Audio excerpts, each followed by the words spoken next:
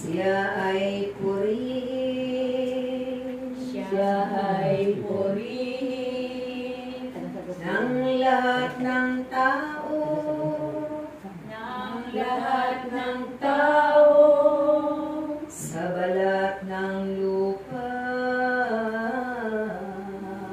sa balat ng lupa. pagkat ang pag-ibig Pagkat ang pag-ibig na ukol sa atin, na ukol sa atin, dakila at wagas, dakila at wagas, at ang katapatan at ang katapatan niya'y walang wakas. niya'y walang wakas. Purihin si Yahweh, Purihin si Yahweh, dapat na purihin dapat na purihin ng lahat ng bansa. ng lahat ng bansa.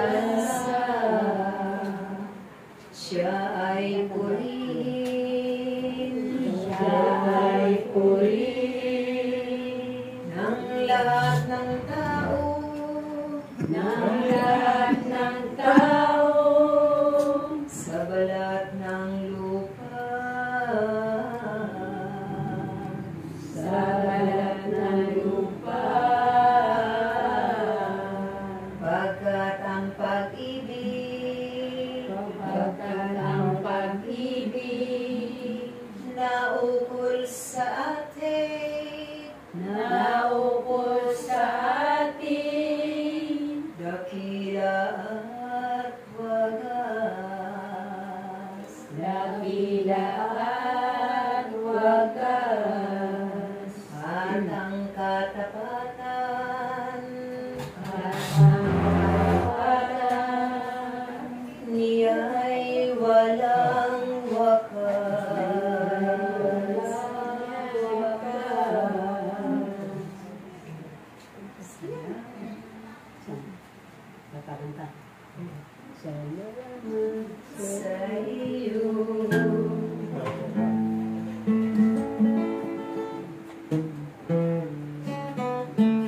Sa iyo Scaryo. Yung camera, pakikuha mo rin. Yung kay Joey. salamat sa iyo, aking Panginoong Jesus. Ako'y ibig mo at ilang hilubog. Ang tanging alay ko sa'yo, aking Ama, ay buong buhay ko, puso at kaluluwa. Hindi makaya na ay pagkaloob, mamahaling iyan. Ibintong ilubog ang tanging dalangin mo, Diyos ay tanggapin. Ang tanging alay ko ay gamitin. Ikaw lamang, Ama, wala na kay baka akong iniling. Sa ngala ng Ama at ng Anak ng Diyos Espiritu Santo. Amen. Thank you po. Kumain na po tayo. Sasayawan namin kayo. Yan. Ano gusto niyo sayaw, ha? Ikaw ay masaya.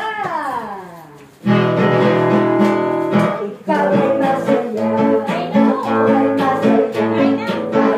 Hayop lahat ay masaya. Hallelujah.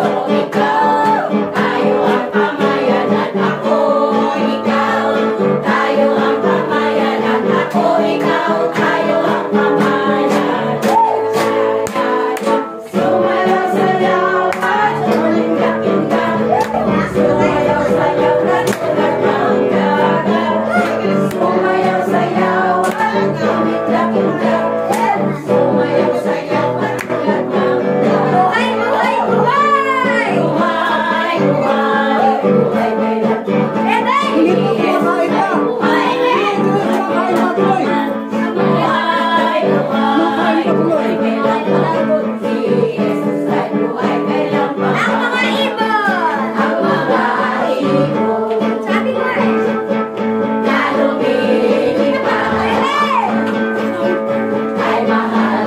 Kain pa kayo, kain pa! Ang meron!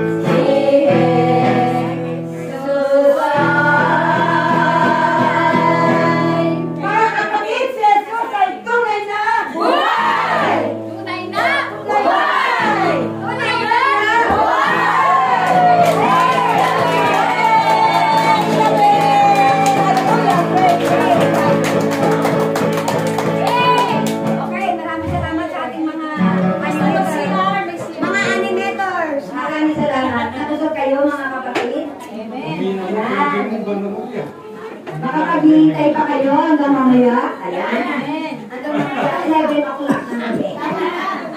Kunyari lang. Pero sabi natin, masarap ang naman po si Lord, amen? Natuloy nga po na kasama-sama ang panalangin at pagpuri. Ano man ang ating hilingin, hingin ng Panginoon. Tsak yan! Nasa bahay niya na ang inyong hingin. Naniniwala kayo doon?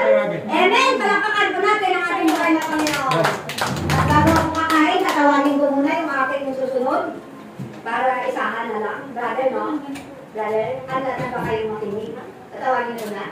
Ready na ba siya? Sister, Tanungin mo kung ready na. Sister Connie, tanungin mo, Sister Liz. Sister Emily daw muna. Ha? Sister Emily. Sister Emily, information. Ate Emily. Okay, tama. Na magbibigay po siya ng parang yung kay Sister, ano? Okay, parang ganun kay Oo, Sister Nel. makadiwang ang yan. Umulan. So, sana kaya si Brother Joey. Okay, bahala sa kanya. Okay, at habang po tayo ay medyo kumakain ng moderator at ibang staff, tatawagin ko muna na tunay na po ang babae ito mag-offer sa atin ng ganyan na ito. No? Lalo silang pagpapalain. Amen? Nandiyan na ba? Yung tatawagin ko? The first nandiyan na. Nandiyan na?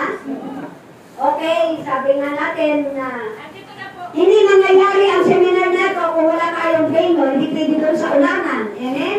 Tayo magkatakbuhan. Pero in-offer na ang venue ito, libre, walang bayad, naka-aircon pa tayo. Saan ka pa? Tatawagin ko na po ang magbibigay ng mga diwang pangungusap, walang iba, ang ating maganda, Ang ina ng klase. ang ina. Ayan. Ang ina ng school na ito. Ina ng klase. Ina ng paklase. Ina ng klase. Yan. Ina, at ibig sabihin nun siya yung, ano dito, nag-ano sa mga baka. Okay, natawagin ko na po ang ina.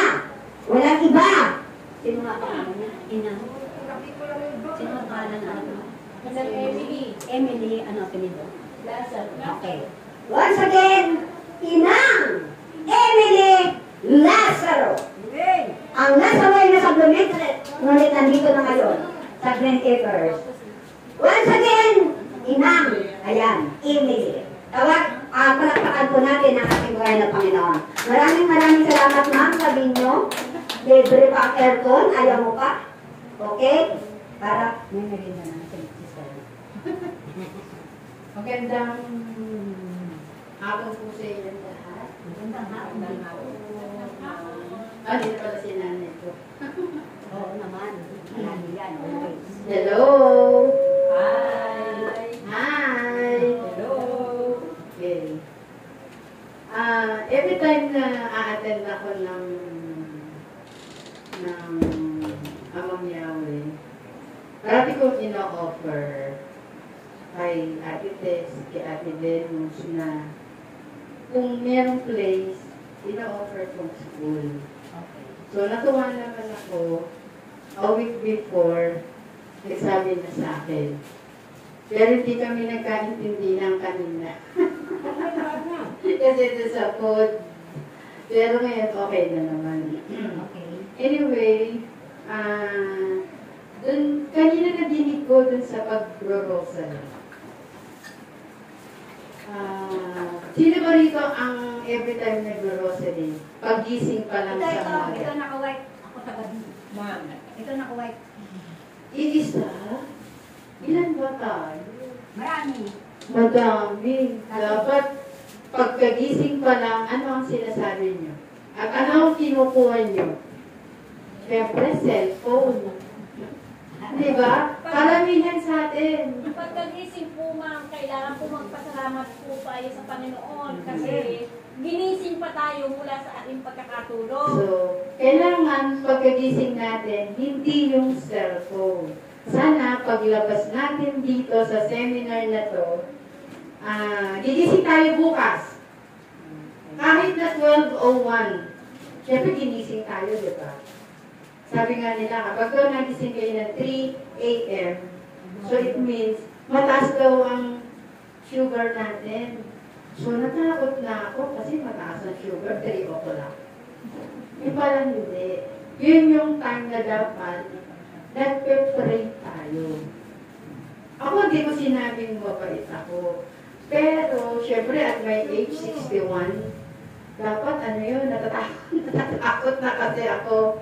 Syempre, lahat naman tayo doon pupunta. Pero syempre, gagawa na tayo everyday ng mga mabubuti, magpapasalamat tayo sa Diyos kasi ginigising pa niya tayo.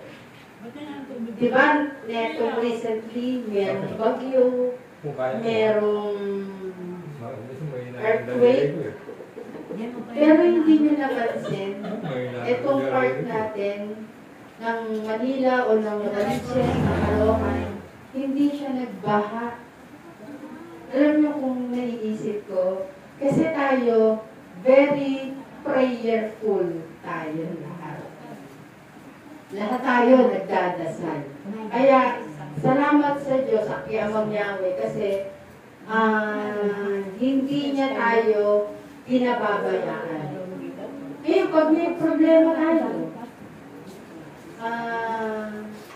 dati kasi pag may problema ako, umiiyak na lang ako, kaya nakahiga na lang ako, wala malabas ng bahay. Ngayon hindi ko na siya pinapansin. Hindi ko na pinapansin yung mga problema. Kasi dapat naman ganun eh. Dapat may tiwala tayo sa Diyos. Diba ganun naman talaga ang nararapat natin gagawin. Ang dapat daw ang problema ang problema sa atin. Hindi tayo ang dapat mong problema. So secondly, hindi niyo ba napapansin, ang daming lumalabas ngayon na ano, yung sabi ni ganito, sabi ni ganyan. So dapat hindi tayo hindi tayo naniniwala. As long as you pray, baliwala yung mga yung mga takot natin, tatanggalin ng Diyos yun. So sana, yung paglabas natin ngayon, dito matatapos yung seminar natin, I don't know kung hanggang anong oras tayo, pero napakaganda ng pakiramdam natin kapag yung alam niyo yun, yung lahat inaasa natin sa Diyos. Dati hindi ako talaga ganda. Mainitin ang ulo ko. May natatawa na lang ako dahil sa school. Igagalit ako. Uwi na lang ako kaysa makapagsalita ako ng hindi maayos sa mga magulang dito. Hindi mga nagpapatayan. So, kami na darating naman. Kumbaga saan swerte. Hindi yung mga tinatawag natin. Sa family naman, pakisamahan lang. Mahalin natin ang mga magulang din natin, nanay, tatay, syempre, yung mga anak natin, mga apo-apo natin, kasi may apo na akong dalawa. Dati kasi, tatlo lang kami. Yung anak ko, yung son-in-law ko, tatlo lang kami nag-iikutan din sa loob ng bahay. Nabiyayaan kami after 7 years. So ngayon, pag,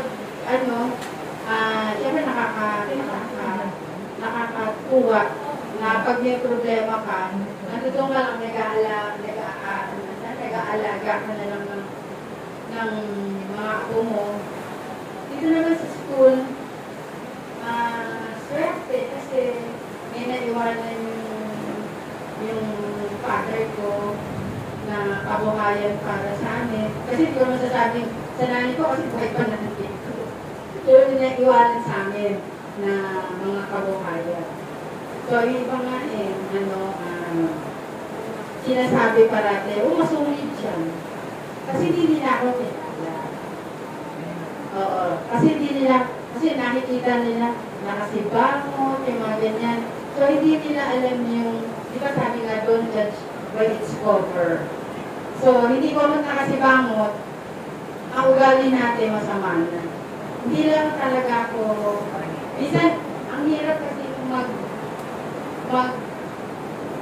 magpakitang tao, tapos hindi naman ugali. Doon ako nahihirapan makisama sa mga taong, yung mga ganun ng ugali, parang ang mahirap talaga. So ngayon, hindi ko naman kayong iniingan. So, gawin natin, basta pagkagising sa umaga, dasal. Huwag na mahirap talaga, kasi lalo na pag nagmamadali tayo, di ba? Minsan nga sinasabi ko, nagdasal na naman ako ng Our Father, Glory, tawag dito, Mary, tsaka Glory. Mamaya natin yung rosary. Pero hindi pa rin ako yung yan. Kasi nasabi ka na mag-rosary. Ganun pala, pag nag-rosary ka. Kasi yun yung buhay ng Diyos. Kasi ang Monday, Saturday, yan yung wala tuloy ako. Monday, Saturday, yun yung ano ba sa English? Joyful. Sorry, joyful. And Tuesday and Friday, yun yung sorrowful. Ang Wednesday and Sunday, yun yung glorious. Then yung Thursday, yun yung luminous mystery. Ang lala ko bago na ganyan, sabi ko, tuturuan mo nga ako ng yung gano'n, siguro elementary ako. Kasi pag gumagaya lang ako, ginagano ko. Siyempre, elementary tayo, di ba? Yung nagtuto na ako, tinuruan ko, gagano na siya, marunong na siya, tapos gagano na. Tapos sabi ko, hindi rin ako marunong mag-grocery. Kasi grade 5, grade 6, parang ganun eh. Ako, nagagalit na ako. Kasi time na ng namin yun eh. Time na ng grocery namin. Lahat kami nakaluhod. Pero tuwan-tuwa na pakiramdam ko kapag nadidinig ko na yung ikalimang misteryo. Tuwa na ako na kasi matatapos na. Pero malungkot ako kapag nadidinig ko ang unang misteryo. Parang sabi ko, ang galing pa. Kapag second, ang galing pa din. Pero pag natutuwa na ako pag 5 na, hindi ko na, wala akong reaction dun sa 4th eh. Pero pag nadidinig ko yung pang-5, ay masaya na ako kasi magkakapos na yung complete na lang yun. Ngayon naman, hanggang may mysteries. Natutuwa ko doon kasi parang ang saya ng pakiramdam kapag na-achieve mo or natatapos mo yung fifth ang rosary. Diba? Sino dito? Isa lang ang nag-rosary. Ate, ikaw? Hindi rin. Ngayon pag-aralan nyo na, ang sarap natin. Ikaw, ate? Ikaw? Hindi. Dapat pag-uro ka na sa mga mo. Ikaw? Kahit ikaw? Marunong po mag-rosary. Oh, yun, very good. Ikaw? Dati kami ninagay. Oo, di ba dati? Oo, di ba dati ka doon? Yung kinabisado ko talaga kailangan malaman ko. Kasi nakakalinakaya yung diba? Tumitingin kayo ng mga yung mga mysteries mo yung Lalo na nung pandemic, kailangan 9 o'clock in the evening. Nagpe-pray na kami. Kasi nga, di ba, delikado yung buhay-buhay natin. So, natuto na mag-rosary lahat. So ngayon, yun, ang iniinganyo ko rin sa inyo lahat, na matuto tayong mag-rosary. Kung wala tayong sa umaga, sa gabi. Diba? Ay, nga ginagawa ko eh. Isa sabi ko, ay, mamaya na kasi gagawin na ako. Pero hindi talaga ako mapakalit. Kapag once na try nyo, talagang ma-addicted na kayo. Yung bang kahit na may gagawin kayo, hindi. O kaya aalis ako. Tapos nakalimutan ko eh. Ang call time namin 6 o'clock. Doon ako sa lasakyan nag-rosary. So gawin natin habit. Di ba nakakabit natin yung cellphone? Kung hindi pa rin nyo marunong, okay yun yung sa YouTube. Yung sa YouTube, di ba? Yung YouTube tayo. Hanapin nyo yung mysteries. Kung merong Monday, nag-ano rin yun, kunyari, first mysteries, and then ano din yung Hail Mary. Meron yun, that. O, second na, meron din. So, matatapos niyo yun, ma-addicted na kayo na mag-rosary. Ako kasi pag may problema before, iyak ako ng iyak. Matotoo lang. Dati kasi, kapag nakita ko lang kakit ko, nandiyan, parang na-aanuhan nyo na yung ano ko, yung feelings ko. Eh, syempre, ngayon, wala na. So, doon ko inilalaan sa prayer. Kasi ang swerte nga natin, dito, di ba, nagsiseminar tayo. Meron tayong napagsasabihan. Pangalawa, may therapist pa tayo. O, diba? Yung si Ate Kes, therapist din. So, kung may problema, si Ate Kes, si brother, Dominic, nag-a-advise siya parati sa akin. So, ang swerte natin, kasi may nalalapitan tayo. Hindi katulad, kasi dati nagtatrabaho nga sa simbahan din. May mga pari din naman ako naging ka-close. Minsan dito rin sila natutulog dati. Kaya lang malalayo na ang destino nila. Sa ngayon, wala na akong contact sa kanila. So, swerte natin kasi nandiyan yung marami tayong ka-member. Kaya lang, pipiliin pa rin natin yung sasabihin natin. Hindi ko, ganito, ay, natatrabaho sa dito yan, ganyan. Siyempre, yung bang trusted, yung bang pwede natin sabihin na yung mga secrets natin na hindi paglabas, sasabihin natin. So, kung may problema kayo, takbo lang kayo kay brother, kaya kay Ate Tess. So, maswerte tayo. Kasi meron ng mga ganitong mga samahan. Dati kasi sa church, Ate Venus, di ba dati sa church tayo? Ayun, hopefully, yung susunod na seminar natin, yung encourage pa rin tayo na kasama natin. Kasi, alam nyo yun nasa ko kapag